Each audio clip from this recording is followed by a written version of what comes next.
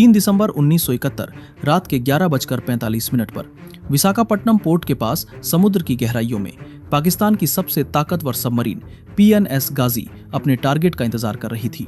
उसका मिशन था इंडिया के एकमात्र एयरक्राफ्ट कैरियर INS विक्रांत को डिस्ट्रॉय करना। 93 पाकिस्तानी नाविक उस सबमरीन में सवार थे। सबको यकीन था कि वो जीत कर लौटेंगे, लेकिन किसी को अंदाजा नहीं था कि अगले कुछ घंटों में क्या होने वाला है। तभी अचानक समुद्र के अंदर एक जबरदस्त धमाका होता है, इतना तेज कि विशाखापट्टनम शहर के घरों के शीशे टूट जाते हैं। पानी सैकड़ों फीट ऊपर उठता है और पाकिस्तान की इकलौती लॉन्ग रेंज सबमरीन हमेशा के लिए समुद्र की गहराइयों में समा जाती है। ये था इंडियन नेवी का मास्टर स्ट्रोक, एक ऐसा ऑपरेशन जिसने 1971 की जंग का रुख ही बदल दिया।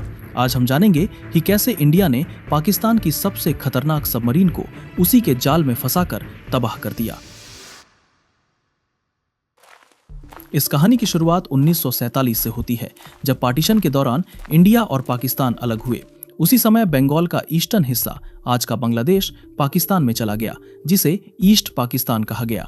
ईस्ट पाकिस्तान में ज्यादातर बांग्ला बोलने वाले लोग रहते थे, जबकि वेस्ट पाकिस्तान में उर्दू बोली जाती थी।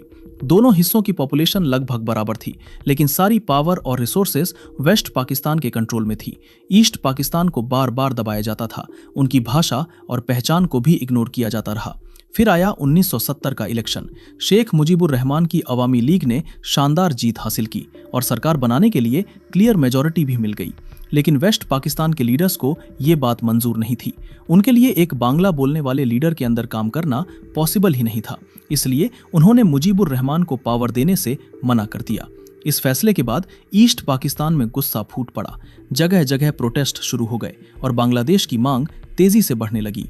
हालात धीरे धीरे कंट्रोल से बाहर जाते जा रहे थे। फिर 26 मार्च 1971 को वेस्ट पाकिस्तान ने सख्त कदम उठाया, ऑपरेशन सर्चलाइट। पाकिस्तानी आर्मी ने ईस्ट पाकिस्तान में ब्रूटल एक्शन शुरू कर दिया। शहरों में खून खराबा हुआ, हजारों बेगुनाह लोग मारे गए और महिलाओं के साथ बहुत बुरा बर्ताव किया गया।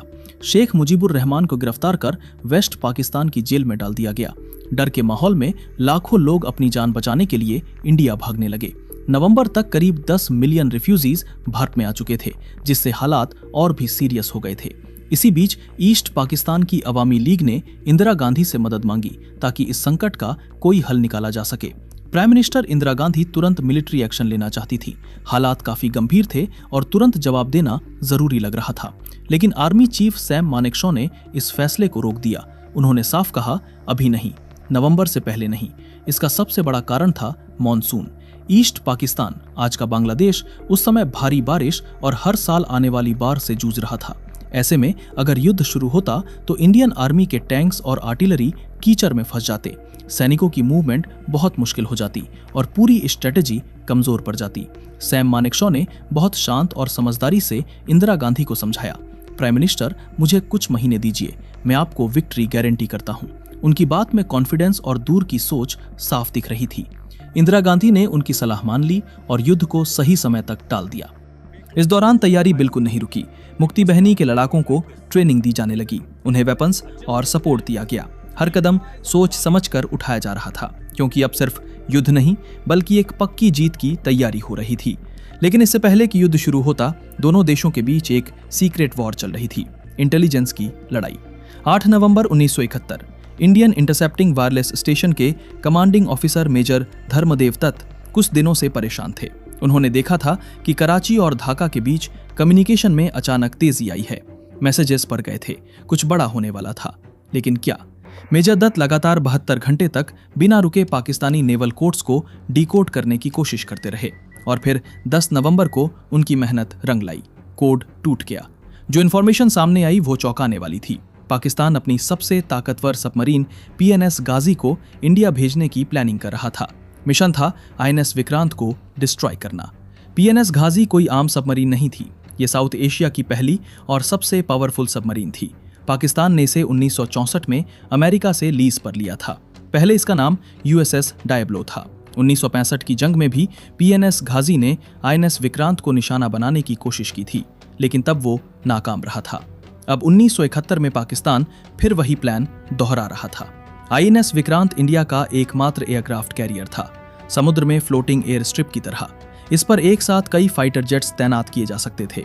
हॉकर सी हॉक, सी हैरियर जेट्स, सी किंग हेलीकॉप्टर्स और एंटी सबमरीन एयरक्राफ्ट। ये पाकिस्तान के कई समुद्री और जमीनी ठिकानों को एक साथ तबाह कर सकता था। पाकिस्तान के लिए INS विक्रांत सबसे बड़ा खतरा था और PNS घाजी को भेजने के पीछे यही मकसद था। लेकिन अब इंडिया को पाकिस्तान के पूरे प्लान की जानकारी थी। मेजर धर्मदेव दत्त ने डिकोडेड मैसेजेस इंडियन नेवी को भेज दिए। ईस्टर्न नेवल कमांड के commander in chief vice admiral Neelkanth Krishnan को पता चल गया कि PNS घाजाई आ रही है। लेकिन अब सवाल था, क्या करें? सीधे अटैक? नहीं। वाइस एडमिरल कृष्णन के दिमाग में एक शानदार प्लान था, एक ऐसा मास्टर स्ट्रोक जो पाकिस्तान को उसी के खेल में हरा देगा।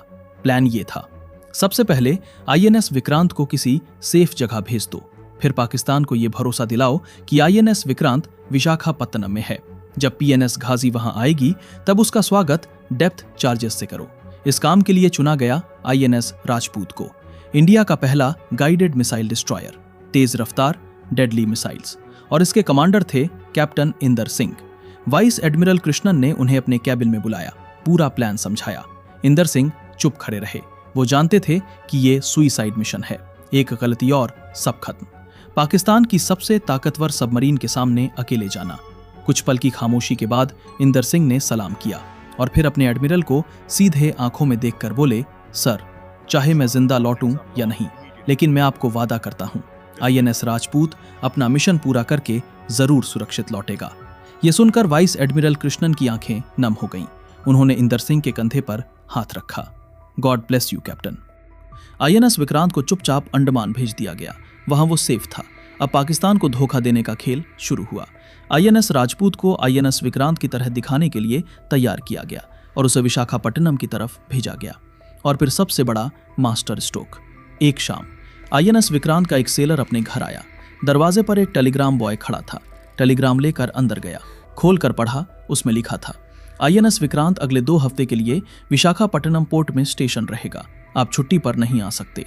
ये टेलीग्राम जानबूझकर सिक्योरिटी प्रोटोकॉल तोड़कर भेजा गया था। क्यों? क्योंकि इंडियन इंटेलिजेंस को पता था कि पाकिस्तानी स्पाइस हर इंडियन नेवल ऑफिसर के घर पर नजर रख रहे हैं, उनका मेल चेक कर रहे हैं, टेलीग्राम्स पढ़ रहे हैं। और ठीक वैसा ही हुआ।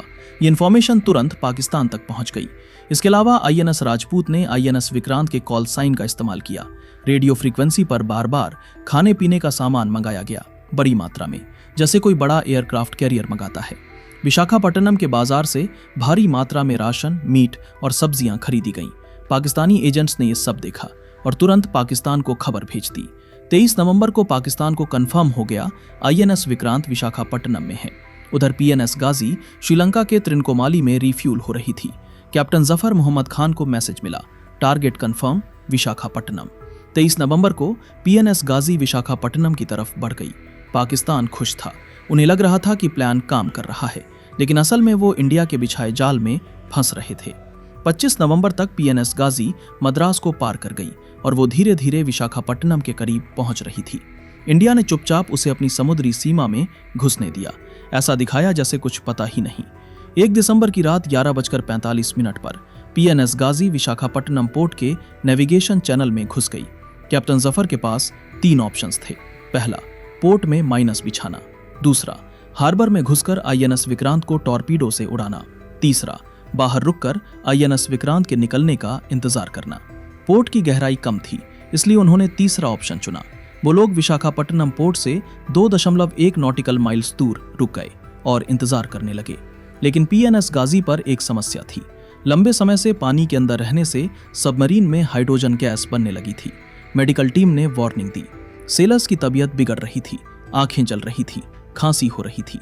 अगर सबमरीन को ऊपर नहीं लाया गया तो ब्लास्ट हो सकता था। कैप्टन जफर टेंशन में थे। दिन में ऊपर आना खतरनाक था, डिटेक्ट हो सकते थे, लेकिन अब और इंतजार करना भी खतरनाक था। उधर INS राजपूत के कमांडर इंदर सिंह 3 दिनों से लगातार पेट्रोलिंग कर रहे थे। सभी नेविगेशन एड्स बंद थे। पूरा एरिया साफ रखा गया था ताकि सिर्फ PNS गाजी की मूवमेंट डिटेक्ट हो सके। हर रात, हर सुबह सोनार ऑपरेटर्स 24 घंटे सतर्क रहते थे, लेकिन अभी तक कुछ पता नहीं चला था। इंदर सिंह का टेंशन बढ़ता जा रहा था। कहीं प्लान फेल तो नहीं हो गया, कहीं PNS गाजी आई ही नहीं। फिर 3 दिसंबर को शाम 5:45 पर पाकिस्तान एयरफोर्स ने अचानक इंडिया के एयरफील्ड्स पर हमला कर दिया। Operation Genghis Khan. इंडिया ने तुरंत जवाब दिया। 1971 की जंग शुरू हो चुकी थी। उसी आधी रात को प्राइम मिनिस्टर इंदिरा गांधी ने ऑल इंडिया रेडियो से देश को संबोधित किया, वॉर की घोषणा की। ये खबर INS राजपूत तक भी पहुंची। इंदर सिंह को ऑर्डर मिला, तुरंत यहां से मूव करो, दूसरे मोर्चे को संभालो। इंदर सिंह ने जवाब दिया, सर बस कुछ घंटे और, PNS गाजी यहीं कहीं है, मुझे यकीन है। और फिर ठीक उसी वक्त INS राजपूत का सोनार अचानक एक सिग्नल डिटेक्ट करता है। 3 नॉटिकल माइल्स दूर कुछ सेकंड्स बाद कंफर्म किया, सर ये PNS गाजी है। इंदर सिंह ने आदेश दिया, full speed ahead, depth charges ready. INS Rajput की स्पीड बढ़ गई, वो तेजी से PNS गाजी की तरफ बढ़ने लगे। उधर कैप्टन जफर ने अपनी पेरिस्कोप से देखा, एक बड़ा इंडियन वॉरशिप तेजी से उनकी तरफ आ रहा है। उन्होंने तुरंत सिग्नल दिया, इमरजेंसी डाइव, इमरजेंसी डाइव। ये सबमरीन को नीचे ले जाने का ऑर्डर था, लेकिन बहुत देर हो चुकी थी। INS राजपूत अब काफी करीब आ चुका था। कमांडर इंदर सिंह ने बिना देर किए ऑर्डर दिया, फायर। तुरंत 2 डेप्थ चार्जेस पानी में गिराए गए। ये पावरफुल एक्सप्लोसिव्स थे जो तेज रफ्तार से गहराई में सीधे PNS गाजी की तरफ बढ़ने लगे। INS राजपूत पूरी स्पीड में आगे निकल गया और फिर समुद्र के अंदर आग का गोला बना। PNS गाजी के अंदर रखे टॉर्पीडोज और एक्सप्लोसिव्स में आग लग गई। एक के बाद एक एक्सप्लोजन्स। पानी तेजी से अंदर घुसने लगा। 93 पाकिस्तानी सेलर सब अंदर फंसे हुए थे। बाहर निकलने का कोई रास्ता नहीं था। PNS गाजी हमेशा के लिए समुद्र की गहराइयों में समा गई थी। अगली सुबह 4 दिसंबर को मछुआरों को समुद्र में PNS गाजी के डेब्री के टुकड़े मिले। पाकिस्तानी सेलर की लाइफ जैकेट्स तैर रही थीं। इंडियन नेवी ने कंफर्मेशन के लिए लेफ्टिनेंट कमांडर सज्जन कुमार दहिया के नेतृत्व में एक डाइविंग टीम भेजी। उन्होंने PNS गाजी की क्लॉक रिकवर की। वो 4 दिसंबर 12:01 पर रुकी हुई थी, ठीक उसी वक्त जब धमाका हुआ था। पाकिस्तान को भारी झटका लगा, लेकिन हमेशा की तरह उन्होंने झूठ बोला। कहा कि PNS गाजी अपने ही माइन में फंसकर उड़ गई, ये एक एक्सीडेंट था। लेकिन सच्चाई सबको पता थी। इंडिया ने पाकिस्तान की सबसे ताकतवर सबमरीन को मार गिराया था। INS विक्रांत अब पूरी तरह सेफ था और अब ईस्टर्न फ्रंट खुला पड़ा था। 4 दिसंबर से INS विक्रांत ने ईस्ट पाकिस्तान पर जबरदस्त अटैक शुरू कर दिया। चिटागोंग और कॉक्सिस बाजार में बॉम्बिंग की। पाकिस्तान के सी रूट ब्लॉक हो गए। वेस्टर्न पाकिस्तान से वेपन्स और लॉजिस्टिक्स आना बंद हो गया था। पाकिस्तानी आर्मी आइसोलेटेड हो गई। मोंगला और खुलना में भी INS विक्रांत ने तबाही मचाई। हर अटैक पाकिस्तान के लिए दोहरी मार थी। वेस्टर्न फ्रंट पर भी इंडिया ने फायदा उठाया। 4 दिसंबर को मिसाइल बोट्स ने कराची में घुसकर भारी तबाही मचाई। PNS खैबर डिस्ट्रॉय हो गया। पाकिस्तान की नेवी पूरी तरह हिल गई। 13 दिनों तक जंग चली और फिर 16 दिसंबर 1971 को 93,000 पाकिस्तानी सोल्जर्स ने सरेंडर कर दिया। ईस्ट पाकिस्तान आज़ाद हुआ और बांग्लादेश का जन्म हुआ।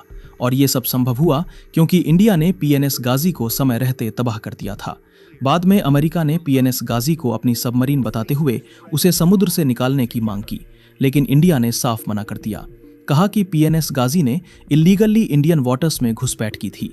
आज भी PNS गाजी विशाखापट्टनम पोर्ट के पास समुद्र की गहराइयों में पड़ी है, 93 पाकिस्तानी सेलर्स के साथ, एक अधूरे मिशन के साथ। दोस्तों, अगर वीडियो पसंद आया हो तो वीडियो को एक लाइक जरूर करें और चैनल को भी सब्सक्राइब जरूर करें। हम ऐसे ही वीडियो हर हफ्ते लाते रहेंगे। तब तक के लिए जय हिंद।